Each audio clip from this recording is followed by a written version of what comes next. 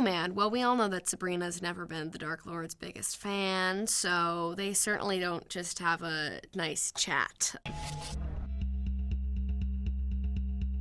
I don't think that Sabrina in any way loses Harvey or Will anytime soon. I think even if they're not necessarily a couple or together, she's always going to have this kind of love for him, this sort of first love for him. He will always sort of be there as that mainstay in the mortal world for her. Her memories are also her tie to the mortal world. She's lived this life, and no matter how far down this dark path she chooses to go, I think that she's always going to have a bit of her mortal side always sort of lurking.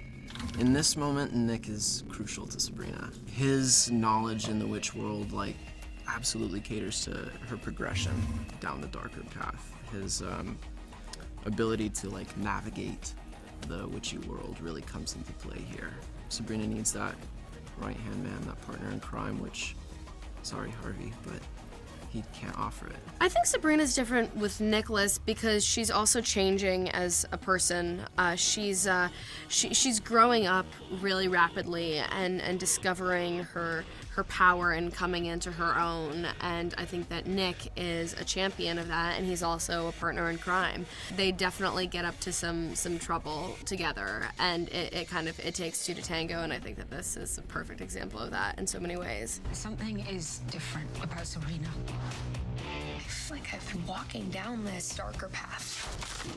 I think the biggest difference between part 1 and part 2 is that part 2 is a little witchier.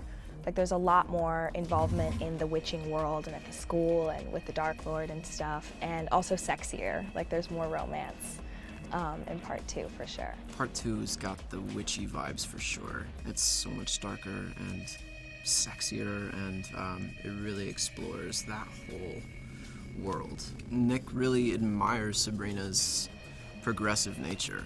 She's such a revolutionary, and that's something that he really loves about her. With Sabrina signing the Book of the Beast, she taps into her own dark nature, and it takes over her more than could have been anticipated. And I think because of the nature of trying to get to know that side of her, she kind of isn't around for Roz that much for part of it, and I think it strains their friendship a little bit. I choose to be afraid of my powers, or I can use them.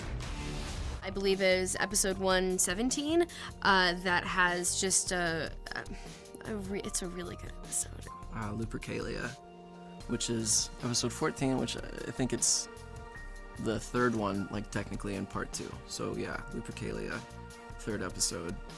Lots of fun stuff happening in there, yeah. I'm so excited for people to see the episode 114, which is the Lupercalia. Because it's like a Valentine's Day kind of themed episode, but it's also Lupercalia is a witch Valentine's Day celebration. So there's a lot of romance and sexy stuff and cool moments, and I think that's the one I'm the most excited for people to see. I think it's going to be a really good episode. At one point I'm wearing a wolf skin on top of my head, and I'm running through the woods, and that was probably one of the most memorable scenes to film. In the middle of the night, in the woods, shirtless, cold, fun. Very, very fun. Luke Cook plays the Dark Lord, and he is devilishly handsome, if some would say, and is kind of this really charming, terrifying Dark Lord, and it's a really complex role. He completely nailed it, and I'm excited for people to see this Dark Lord kind of come to Earth and hit up Greendale. It's crazy. It's a crazy time.